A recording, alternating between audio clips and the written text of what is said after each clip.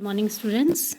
Previous topic में हमने cell के बेसिक स्ट्रक्चर को स्टडी करा था, ठीक है, जिसमें हमने सेल के जो 3 बेसिक फीचर्स थे उनको पढ़ा था। प्लाज्मा मेम्ब्रेन हो गया और हमने नाम लिखवाए थे जिसमें प्लाज्मा मेम्ब्रेन को हमने स्टडी करा था। प्लाज्मा मेम्ब्रेन था, सेकंड हमारा न्यूक्लियस था और तीसरा हमारा प्रोटोप्लाज्म था। इसमें हम देखेंगे कि सेल वॉल का मैंने नाम नहीं लिखा था, बट सेल वॉल यहाँ पर आज हम थोड़ा सा इसको जानेंगे कि सेल वॉल भी होता है। एडिशनल प्लाज्मा मेम्ब्रेन, जैसे कोई सेल है इसमें प्लाज्मा मेम्ब्रेन होती है, इसके अलावा भी एडिशनली सेल वॉल भी होती है किसी किसी सेल्स में। तो क्योंकि ये सभी सेल्स में प्रेजेंट नहीं होती है सेल वॉल, इसीलिए इसको बेसिक फीचर्स में नहीं इंक्लूड किया गया है, लेकिन ये किन्हीं सेल्स में ये प्रेजेंट होती है, तो वो हम इसको पढ़ेंगे। तो आपने सेल वॉल हेडिंग लिखनी है, आपने लिखना है सेल वॉल के बारे में। सबसे पहला पॉइंट आप लिखेंगे, it is present in plant cells. Plant cells में सेल वॉल प्रेजेंट होती है, PRESENT प्रेजेंट।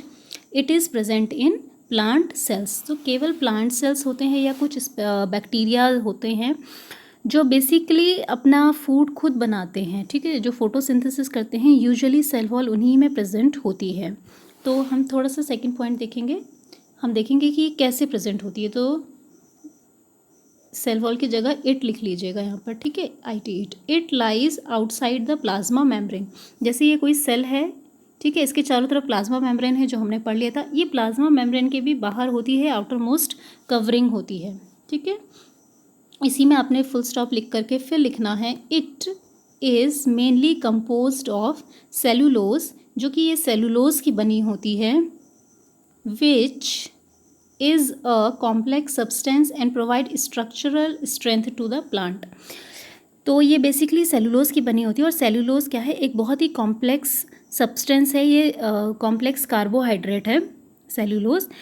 तो क्योंकि कॉम्प्लेक्स है यानी बहुत ही ज़्यादा स्ट्रॉन्ग भी रहता है, इस वजह से क्या करता है, इजीली इसको ब्रेक डाउन नहीं किया जा सकता है। सेलुलोज को तोड़ना आसान नहीं होता है, डाइजेस्ट करना आसान नहीं होता है। तो ये उस सेल को स्ट्रेंथ पहुंचाता है, मजबूती पहुंचाता है, यानी सेल को स्ट्रॉन्ग बनाता है, ठीक है। ये सेल वॉल का मेजर वर्क है। नेक्स्ट आपने लिखना है पॉइंट नंबर 3, वो आपने लिखना है, सेल वॉल की जगह इट कर दीजिएगा। It permit the cells of plants, fungi and bacteria to withstand very dilute यानी hypotonic external media without bursting. देखिए आपको 3 टाइप के सॉल्यूशन बताए थे, हाइपोटोनिक, आइसोटोनिक और हाइपरटोनिक। तो आपको उसी में बताया था जो हाइपोटोनिक सॉल्यूशन होता है, अगर हम किसी सेल को हाइपोटोनिक सॉल्यूशन में प्लेस करते हैं तो उसके बाद वो सेल क्या करता है, उसमें एंडोस्मोसिस होता है, यानी वाटर अंदर की तरफ जाने लगता है और जो सेल होती है वो स्वेलअप करने लगती है, फूलने लगती है। तो ऐसा ना हो कि जो सेल है वो फूल के इतनी बड़ी हो जाए, जैसे बैलून होता है, वो आप उसमें हवा डालेंगे तो वो क्या करेगा, एयर फिल करेंगे तो फूलता रहेगा, बहुत ज़्यादा फिल होने पे क्या होता है, वो बर्स्ट हो सकता है।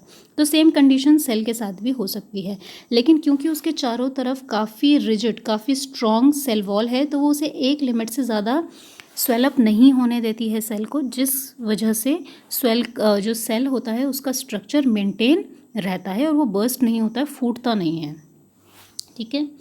4th पॉइंट लिखना है, बिकॉज ऑफ सेल वॉल्स, फिर कॉमा करके प्लांट लिख लीजिएगा। Because of cell wall plant cells can withstand much greater changes in the surrounding medium than animal cells. देखिए क्योंकि उनके चारों तरफ जो प्लांट सेल्स होते हैं उनमें मेजरली सेल वॉल प्रेजेंट होती है, तो उसकी वजह से वो ज़्यादा चेंजेस जो हमारे लिए यूज़फुल नहीं हैं, या कोई भी ऐसी कंडीशन आती है जो कि हम उसके लिए, प्लांट के लिए हार्मफुल हो सकती है, तो ऐसी कंडीशंस को भी वो बहुत अच्छे से विदस्टैंड कर सकते हैं, यानी झेल सकते हैं। तो ऐसी सिचुएशन हम देखा होगा, जैसे कभी भी हेल स्टॉर्म होता है या बहुत ज़्यादा हैवी रेनफॉल होता है, तो ह्यूमंस या एनिमल्स जो होते हैं वो कहीं भी भाग करके शेल्टर ले सकते हैं, अपने आप को हाइड कर सकते हैं।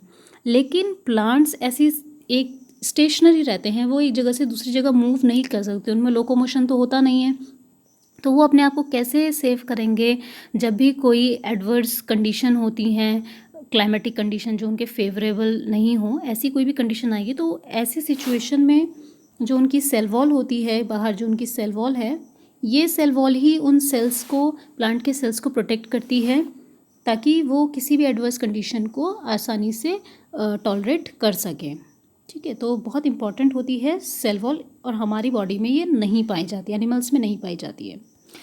सेकंड नंबर का जो इम्पॉर्टेंट फीचर था वो था न्यूक्लियस। तो न्यूक्लियस के बारे में भी हम पढ़ेंगे। तो आपको अनियन पील वाला डायग्राम जो आपको पहले बताया था, जहाँ माइक्रोस्कोप वाले में बताया था माइक्रोस्कोप के बाद, तो आपने देखा था कि हर अनियन पील में इस तरीके के क्या थे, सेल्स बने हुए थे, और सेल्स के बीच में डार्क कलर्ड एक स्टेन था, डार्क स्टेन था। तो ये जो डार्क कलर था इसको न्यूक्लियस कहते हैं। ठीक है, तो ये हर सेल में न्यूक्लियस यूजुअली प्रेजेंट रहता है, मोस्ट ऑफ द सेल्स में न्यूक्लियस प्रेजेंट रहता है। तो आपने लिखना है first point for nucleus, nucleus has double layered covering called nuclear membrane. जैसे सेल है, सेल के चारों तरफ सेल की मेम्ब्रेन होती है, ऐसे ही बड़े सेल के अंदर जो न्यूक्लियस होता है इसके भी चारों ओर अपनी एक मेम्ब्रेन होती है जिसे न्यूक्लियर मेम्ब्रेन कहते हैं। क्योंकि न्यूक्लियस की मेम्ब्रेन है इसलिए उसे न्यूक्लियर मेम्ब्रेन कहते हैं। सेकेंड पॉइंट आपने लिखना है न्यूक्लियस कंटेन्स क्रोमोजोम। न्यूक्लियस में क्रोमोजोम प्रेजेंट होता है। अब ये क्रोमोजोम क्या है, सेकेंड पॉइंट में ही कंटिन्यू करते रहेंगे। Chromosomes contain information for inheritance of characters from parents to next generation in the form of DNA. Again बहुत इंपॉर्टेंट है, डीएनए का फुल फॉर्म ज़रूर याद कीजिएगा, deoxyribonucleic acid molecules. ठीक है, जो क्रोमोजोम्स जो न्यूक्लियस के अंदर प्रेजेंट होते हैं ये वही क्रोमोजोम्स होते हैं जो जेनेटिक इन्फॉर्मेशन कंटेन करते हैं, कैरी करते हैं from parents to their offspring. जो पेरेंट्स होते हैं उनसे उनकी नेक्स्ट जनरेशन तक जो इन्फॉर्मेशन है, जो कैरेक्टरिस्टिक्स होते हैं पेरेंट्स के, वो सारी की सारी जेनेटिक इन्फॉर्मेशन को पेरेंट्स से ऑफस्प्रिंग तक कैरी करते हैं क्रोमोजोम्स। और क्रोमोजोम में किस फॉर्म में वो करते हैं, डीएनए के फॉर्म में ये लेके जाते हैं। तो न्यूक्लियस बहुत ही इम्पॉर्टेंट फीचर है किसी भी सेल का। ठीक है, थर्ड पॉइंट आपने लिखना है chromosomes are composed of DNA and protein. Chromosome में क्या प्रेजेंट होता है, डीएनए और प्रोटीन प्रेजेंट होता है। तो ये डीएनए ही क्या है, जो कि जिसमें सारी जेनेटिक इन्फॉर्मेशन रहती है। नेक्स्ट आपने एक डेफिनेशन लिखनी है, न्यूक्लियस के अंडर ही डेफिनेशन लिखेंगे, जीन्स। जीन्स किसे कहते हैं, तो उसकी डेफिनेशन है फंक्शनल सेगमेंट्स ऑफ डीएनए।